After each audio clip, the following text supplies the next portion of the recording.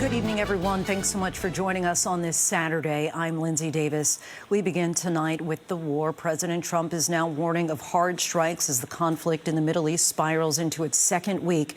Tonight, the gravity of the war is impossible to ignore. At Dover Air Force Base in Delaware, the president in attendance at the somber transfer of the remains of 6 American service members killed during the first days of the war, while fire and smoke rise from an oil refinery in Tehran as Israel launches a new wave of attacks. American B-1 bombers have now arrived in the UK as the U.S. promises a surge in attacks. Rockets continue to rain over Tel Aviv and the West Bank in Iran's latest barrage, a stark reminder of the escalating violence. President Trump says moments ago that there could be ground troops going into Iran, but they would have to be for a very good reason. We have full team coverage tonight as the war intensifies. Matt Rivers leads us off from Beirut, Lebanon.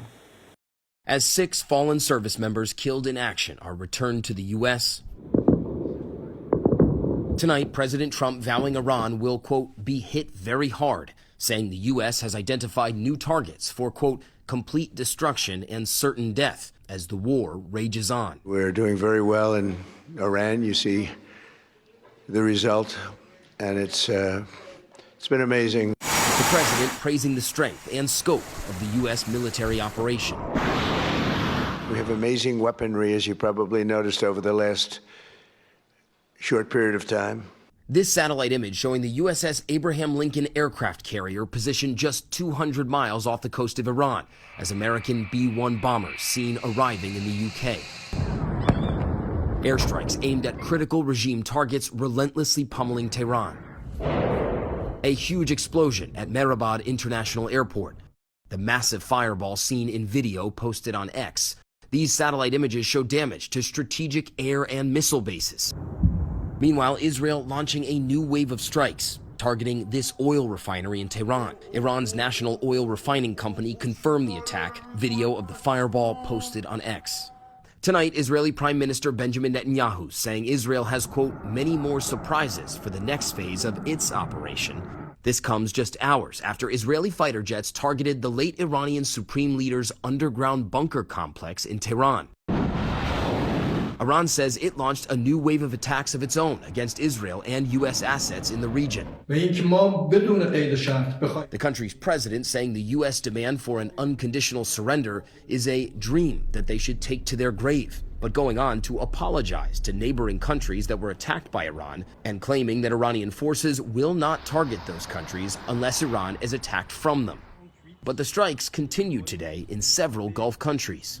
Video posted on X showing the moment an Iranian drone struck near the airport in Dubai, the airport temporarily suspending operations.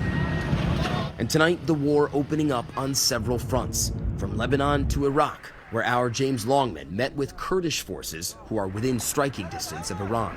I'm at the Iraqi border crossing with Iran. Take a look, we are high in the mountains here. This is the crossing over here. We've been talking to people and we understand that the Iranians sent border reinforcements to this region because they are paranoid about a possible incursion, a ground incursion into the country.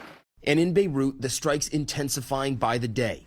Dozens of airstrikes pounding a Hezbollah stronghold neighborhood in Beirut and other targets across the country. The Israeli military renewing evacuation warnings for everyone living in southern Lebanon and in parts of Beirut. Hundreds of thousands of people, like this young family we met, forced to flee with only moments' notice.